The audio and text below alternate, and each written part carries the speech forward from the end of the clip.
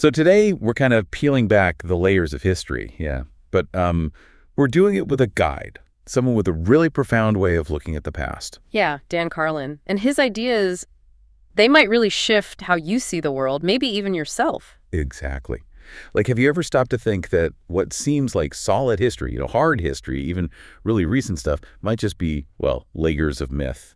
Or maybe even more unsettling, this idea that humanity, with all our incredible technology, might be more intelligent than ever, but maybe less wise. These aren't just abstract questions, are they? They really challenge our whole perception of reality, our place in it all. For sure. It's all about how our understanding of what happened, the past, is always shifting, always morphing, and that directly impacts, well, us now, our future. Absolutely. And the person leading us through this fascinating exploration is Dan Carlin. He's someone who really honestly redefined history podcasting. He did, didn't he? He kind of proved that people actually love history, maybe more than they even thought. Right. And his approach, it's not about, dry academic details or just listing dates. It's about finding these incredibly powerful stories. Yeah, digging out the compelling narratives, the lessons, sometimes pretty unsettling lessons from the past. He makes really dense stuff feel, I don't know, engaging, accessible. Totally accessible. Yeah. And what's amazing about Carlin is how he just cuts through all the noise, connects with such a huge audience. He's not stuck in that traditional academic box, is he? He just dives right into the raw human side of it all. The drama, the what ifs. Yeah, the big dilemmas, things that make history feel alive, He's always asking those huge, sometimes uncomfortable questions. And that's exactly what we're trying to do today. This deep dive, our mission, is to really pull out the most important nuggets from his thinking, from his talks. So we're going to look at how he sees history itself, this idea of it always changing. Yeah, and that crucial difference he makes between intelligence and wisdom may be life-savingly crucial. And warfare. Oh boy, the evolution of warfare from ancient times right up to, well, robots. Chilling stuff. Plus, the big challenges we face as a society, polarization, climate change. Peak America, what does that even mean? He has thoughts on that. And diversity in empires, maybe not for the reasons we think. And finally, how we grapple with the people who shaped history, the complex, messy individuals behind the myths. So, yeah, get ready. Your perceptions might get a bit challenged. Your curiosity definitely sparked. What we dig into might just recalibrate things a bit. Let's start there then. This idea of history not being static, Carlin's view of it as this unfolding narrative always being revised. It's such a powerful idea, isn't it? He says it's like new stuff has come to life. Yeah, think about archaeology, especially underwater archaeology. Like his old professor used to talk about all that good stuff just sitting down there. Right. And when they find something new or translate an old text differently, bang. The whole picture can change. You literally have to recalibrate what you think about the past. Our whole understanding, the framework, it just shifts. But that recalibration, we don't always like it, do we? It's funny how resistant we can be to new truths, especially if they mess with our favorite stories. Oh, absolutely. Carlin points this out, how sometimes we almost prefer the myths, or we explain amazing ancient stuff by saying, oh, it must have been aliens. Yeah, anything but giving credit to our actual ancestors. Like, we can't believe they could be that ingenious. Exactly. It's this weird bias against acknowledging how capable people were way back when. We look at them, see they didn't have iPhones, and just assume they weren't as clever. Carlin really pushes back on that. We think we're clever now with all our gadgets. But they were incredibly clever, too. Building pyramids, launching huge armies across deserts, all without the clever stuff we have. The examples are stunning. The Persians, the Babylonians, mounting these massive campaigns over huge distances. No computers, no modern logistics. Could we do that now without our tech? It's a really sobering thought. Yeah, he loves the moon landing example, doesn't he? Right. Basically done with slide rules. It's incredible. Just sheer brain power and ingenuity, problem solving. It really makes you stop and think about what progress actually means. And that brings us right to that key distinction Carlin makes. Intelligence versus wisdom. Yeah. We live now. More universities, more graduates, more information than ever. And yet, does it feel like a smarter time? Looking at the big picture, the decisions being made, Carlin kind of questions that. That paradox really hits home. It's like his Dungeons and Dragons analogy. Right. Intelligence is one stat. You can build iPhones, go to the moon. It's technical skill, building on the past, shoulders of giants and all that. But wisdom, that's a totally different stat. It's about how you use that intelligence. Knowing the consequences, knowing how to, well, stay out of trouble. Precisely. And this is where it gets really profound, maybe a bit uncomfortable. Because intelligent people can lack wisdom. Totally. Carlin uses the example of the Nazis. Undeniably intelligent people involved, capable of complex organization, technological innovation. But utterly lacking wisdom. Using all that intelligence for, horrific ends. So the real challenge for us now in the 21st century, especially with things like nuclear weapons, it's not just about getting smarter. It's about getting wiser. Yeah. It's genuinely a life and death question for humanity, not just some philosophical idea. Wow, yeah. A wisdom deficit. That's sobering. Okay, let's shift a bit. Another thing that blurs the lines between reality and perception. Historical myth-making. Oh, the power of myth. And the danger. Carlin's Beatles example is just perfect for this. The breakup story before the Get Back documentary came out. It's brilliant because we all kind of knew that story, right? For decades. Yeah, the accepted myth. It was Yoko, it was John's drug problems. Those were the main reasons the Beatles broke up. That's what everyone thought. But then you watch the Get Back footage. Yeah. Raw, unedited. And the whole narrative just flips. You see George Harrison's role in the tensions, Paul trying desperately to keep it together. And Yoko. Actually, not causing that much trouble a lot of the time. So if that event, so recent, so well documented in many ways, could get so ossified into a myth with key parts just wrong or ignored. Then imagine older history.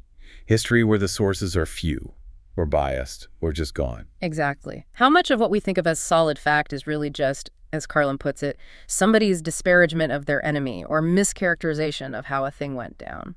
It's genuinely unsettling. Right. And it's not just events, is it? It's how we treat historical figures, our heroes. Oh, definitely. We tend to simplify them, don't we? Yeah. Turn them into these, what does he call them, two-dimensional characters. Or 7-Eleven cutouts, like Martin Luther King Jr. or George Washington. They become symbols, almost like those Greek mythological heroes he mentions. They serve a purpose for society. And to make them fit that purpose, we often have to sand off the rough edges, ignore the awkward bits, the inconvenient truths. Which leads to that cognitive dissonance when the messy reality bumps up against the idealized image. Right. Jefferson is the killer example, writes these incredible words about freedom, human rights. While owning slaves and having children with an enslaved woman, Sally Hemings. It's jarring. And Carlin asks, point blank, what do we do with such a flawed human being? How do we appreciate these complex people for the good they did, the inspiration they provided, when their lives were so morally complicated by our standards, and even by some standards of their own time? We want our heroes clean, simple. But people aren't like that. And that leads to another really provocative thought from Carlin. The villains. Yeah. What about the figures we see as villains? Hitler, Mao. Did they see themselves as villains? Or did they, in their own minds, see themselves as heroes, as reformers, acting out of some twisted utopian ideal, maybe for their people, even if it meant horrific things for others? It forces you to realize history isn't always simple good versus evil. You have to look at motivations, context. And how subjective ideas like justice and morality can be across time and cultures. It challenges that neat black and white view. Hugely challenging. Okay, let's move from the nature of history itself to something Carlin spends a lot of time on. Warfare, specifically the evolving landscape of it. He pulls fascinating lessons from ancient battles, looking at strategy versus sustainment, logistics. And how military styles back then were so tied to culture, weren't they? It wasn't easy just to copy someone else's way of fighting. No, not at all.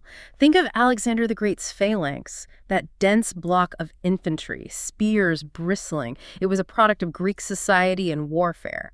And the Persians, even with their massive empire and resources, struggled to counter it effectively. Right, which brings us to that huge strategic mistake the Persians made, according to Carlin, ignoring Memnon's advice. Ah, yeah, Memnon, the Greek general working with the Persians. What was his advice again? Basically, don't fight Alexander head-on. Use scorched earth. Burn all your cities in front of him, knock down all the harvests, starve his army out. Because Alexander was deep in enemy territory, needed supplies. Exactly. Cut off his food, his logistics, and his army collapses. Brilliant, simple strategy. But the Persians didn't do it. Nope. And Carlin points out how that failure foreshadowed later history, like the Russians using scorched earth against Napoleon. And against Hitler, too. Defeated by the vast distances and lack of supplies, as much as by battles. It's a timeless lesson, isn't it? Tactical brilliance means nothing if your army starves. Carlin even talks about this sort of historical osmosis. Where military power gets drawn towards wealth. Yeah, like the Macedonians, tough army, no money being pulled towards Persia, loads of money, weaker army, almost like it was inevitable. Driven by those deeper imbalances. Which brings us back to logistics. Carlin really hammers this home. He does. The boring stuff, transport, shipping, moving food and fuel, that's often more decisive than the grand sweeping things, the big battle plans. His take on the German army in World War II is eye-opening. We think blitzkrieg, tanks. But he points out much of the army walked. Their logistics were terrible, especially on the Eastern Front. They were starving, freezing, couldn't sustain the advance. So different from the image we have.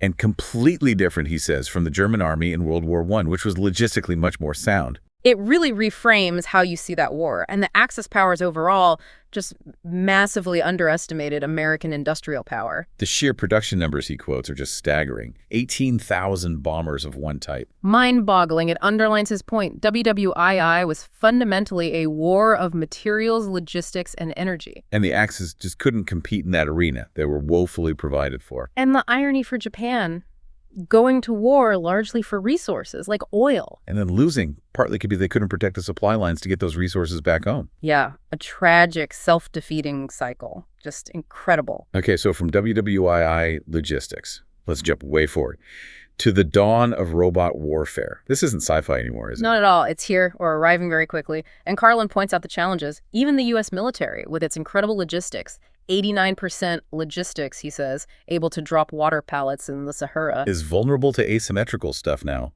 like drones. Exactly. His image of 10,000 baseball-sized drones taking out a carrier group, chilling. Cheap, numerous drones, overwhelming, expensive, traditional hardware. It changes the whole game. It really does. And it leads to that deeply disturbing question about robot versus robot warfare. If you take the humans out of the direct line of fire, if you remove the immediate horror, the casualties. What's the incentive not to fight? That's the taste of Armageddon paradox, right? Yeah. From Star Trek. Carlin loves that episode. Yeah, where war becomes clean, distant, fought by computers or proxies, and just never stops because the real cost isn't felt. The episode's point is powerful. You have to feel the horror, the true cost of war, to want to end it. If it's painless, why stop? The terrifying prospect, sterile, endless conflict, and even with all this tech, Carlin still thinks the human element matters. Absolutely. The willingness to pay more in lives, resources, national will. If one side just cares more, is willing to endure more. That can still overcome a technological edge. Like in Vietnam, perhaps? It's a crucial factor. And this brings us back to technological inevitability. Carlin talks about this a lot. How new inventions just change everything, whether we like it or not. Like the dreadnought battleship. Yeah, bang. Overnight, every other battleship is obsolete. One technological leap changes the entire naval balance. And he suggests maybe surface ships today are heading towards that point because of drones, submarines. Could be. His core idea, borrowing from James Burke, is that knowledge is like a web. You can't uninvent something. Once the possibility exists, someone, somewhere, will figure it out. It's like solving for X. You can't just choose not to find the answer. Even if the answer is dangerous, like autonomous weapons, we're going to develop them because we can. So we can't just put the brakes on drone tech, even if we wanted to. Seems unlikely. And the really scary part, Carlin highlights, this isn't just about big countries fighting anymore. It's about the potential. Yeah. That brings it incredibly close to home. It democratizes destructive power in a really frightening way. It really does. Okay, let's shift from warfare to societal challenges closer to home. Dialogue. Polarization. Carlin talks movingly about his own experiences, especially in talk radio, constantly arguing with people he completely disagreed with. Being the Martian in the room, yeah. But he saw it as a positive thing. A wonderful growing experience, he calls it. It showed him the holes in his game, forced him to really understand why people held opposing views. The motives and motivations. Exactly. And he found often people want the same basic things, safety, a good life for their kids. They just have totally different ideas about how to get there. That realization helped him find middle ground. But he feels our current media environment works against that, doesn't it? Yeah, the whole heat equals engagement model. It incentivizes outrage, conflict. Rather than a genuine meeting of the minds, it actively undermines the compromise you need for society to function. And when that dialogue breaks down. The ballast of society gets threatened. That ability for different groups to find enough common ground to keep things stable. So talking to people we disagree with, truly listening, that's the only way to get the ballast back, to keep the ship of state afloat. That's his argument. And he's clearly worried. He mentioned considering Plan B options for his family because of the instability. That's significant. Wow. Yeah, that really drives the point home. Okay, another big challenge. Personal liberty versus collective responsibility. Right. In a world with billions of people, how do you solve huge collective problems like climate change? Can't just rely on everyone pursuing their own self-interest. He talks about the American way, building a better mousetrap. Yeah, like making electric cars cool and fast so people want them not just because they feel obligated. Yeah. Aligning personal desire with collective good. That works for some things. But what about problems that really need coordinated global action, where individual choice isn't enough? That's the tough question. And then there's the issue of perpetual growth. Our whole economic system seems built on it, right? Always needing more. Like an inverted triangle, he says, needing more and more consumption to sustain itself. But can that go on forever on a finite planet?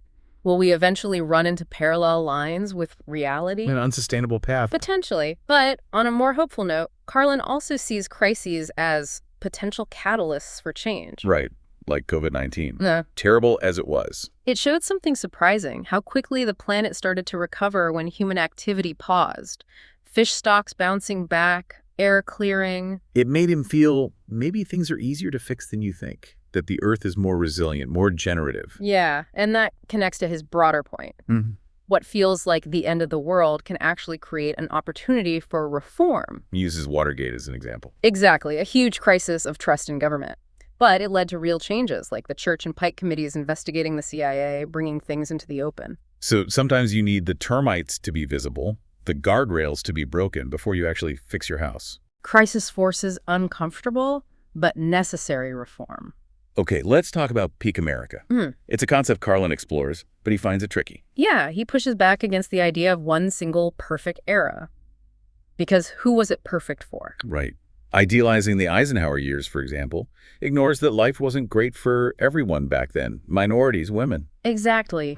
America is a work in progress, he argues, always questioning what it means to be American, what it should be. But he does see something unique about our era, doesn't he, in terms of potential? Yes, drawing on James Burke again. With mass education, access to information, we can tap into so much more of the collective human potential than ever before.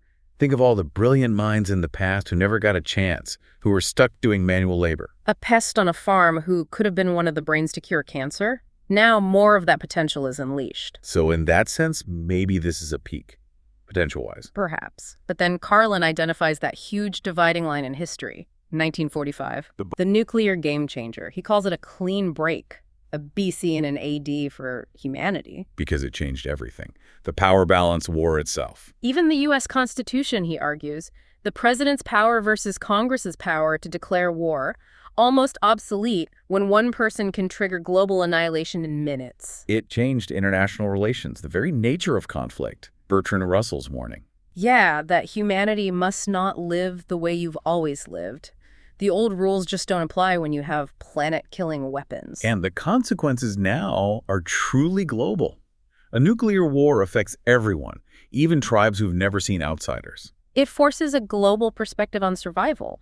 We're all in the same boat, whether we like it or not. And yet, Carlin points out the almost casual way nations conduct nuclear diplomacy. Sending submarines out that could kill 500 million people? It shows a terrifying lack of seriousness about the stakes, he thinks. Einstein's quote comes to mind. I don't know what the next world war is going to be fought with, but the one after that we call the sticks and stones.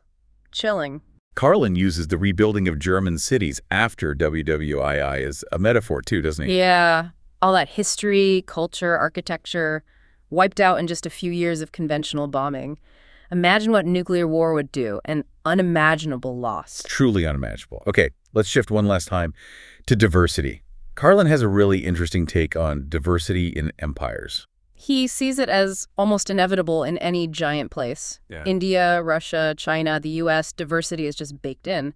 It defies all historical logic to think otherwise. And successful empires Historically, they were often tolerant. Yes, like the Achaemenid Persians, but Carlin argues it wasn't usually because they were enlightened or believed in multiculturalism. Practical. Exactly, pure pragmatism. Contrast them with the Assyrians, who were brutal and tried to force assimilation. That caused constant trouble. The Persians, the Mongols later, they figured out it was easier to just let people keep their customs, their religions. As long as they paid taxes, provided troops, kept the peace. Suppressing local ways just created trouble, rebellions, unrest. It cost money and lives. So tolerance was functional. Keep things running smoothly. Even the Romans, their issues with Jews and Christians weren't just about belief. It was about those groups refusing to behave within the imperial system, refusing to honor Roman gods, for example. It was a functional problem for the empire. They just wanted everybody to behave. Functionality over ideals. It's a fascinating perspective. But what about today? All the internal conflict we see over differences. Carlin calls worries about the people to the south or skin pigment just timeless nonsense. These divisions aren't new. They're deeply human, unfortunately. But he also suggests something provocative, that maybe having the luxury to fight over these internal things. It's a product of relative peace and security, a luxury of our times. Historically, a big external threat forces unity. Like the aliens showing up, hypothetical. Oh. Or Pearl Harbor. Right. External threats tend to make internal squabbles seem petty. People unite for a larger cause. He even mentioned that project for a New American Century paper, pre-9/11, talking about needing unifying events to counteract the forces pulling America apart. So the big question is, can we achieve that unity, realize we're all in this together, without a catastrophe forcing us? Can we learn the pragmatic lesson from empires that letting people live their lives is functional without needing a disaster? It's about functionality, not being liberal high-minded, as he says. A huge challenge. And finally, let's touch on how Carlin sees individuals in history, the complexity behind the myths. He keeps coming back to how we simplify people, right? Especially famous figures. The Beals break up again, but also MLK, Washington. They become those two-dimensional characters, the 7-Eleven cutouts. Symbols, sanded down, made palatable, like Greek heroes more than human, less than gods, idealized for public consumption. Which sets up that clash, that cognitive dissonance, when the messy facts emerge. Like with Jefferson, the slave owner who wrote words that inspired millions towards freedom. How do we hold both things at once? How do we deal with flawed human beings who achieved great things but also did or represented terrible things? We want purity, but history doesn't offer it. No, it really doesn't. And that leads to his most unsettling question, perhaps. About the villains. Yeah. How many of them, Hitler, Mao, others, genuinely saw themselves as the heroes of their own story? Believing they were acting for the good of their people, pursuing some utopian vision, however twisted. Even if it meant catastrophe for others outside their group, it forces us to examine motivations, context, the subjectivity of it all. Carlin suggests it's rarely simple evil. Often is people convinced they're doing something good for my people, defining my people very narrowly. A tough mirror to look into. Incredibly tough. So, wow, we've covered a lot of ground. It's been a pretty mind-bending journey through Carlin's perspective. History is always changing. The critical need for wisdom over just intelligence. That life and death question. How logistics often secretly runs the show in war. The chilling future of robot warfare and the questions it raises about why we fight. The absolute necessity of dialogue to keep society from tearing itself apart. And how crises, paradoxically, can sometimes force positive change. We wrestled with peak America, realizing there's no simple answer. And we confronted the shadow of 1945, the nuclear age that changed everything. And saw how diversity in empires was often just practical, functional, not idealistic. So here's the challenge Carlin leaves us with, isn't it? We have this incredible intelligence, these terrifying capabilities. Can we consciously choose wisdom? Can we find that common ground, bridge the gaps without needing a disaster to force our hand? A civil war, a nuclear exchange. What horrible thing do we have to avoid doing to get to that understanding that we're all connected? It's the ultimate question, maybe, and Carlin's advice is often surprisingly down to earth. Yeah, be friendly to the people that you disagree with. Talk to each other. That's the ballast. And maybe don't fight a land war in Asia. Practical lessons from history. And perhaps read Lord of the Rings every year for perspective. But seriously, his core message seems to be, we can't just keep doing things the way they've always been done. Not if we want a different outcome. Not if we want a future. A powerful place to end. Thanks for diving deep with us today.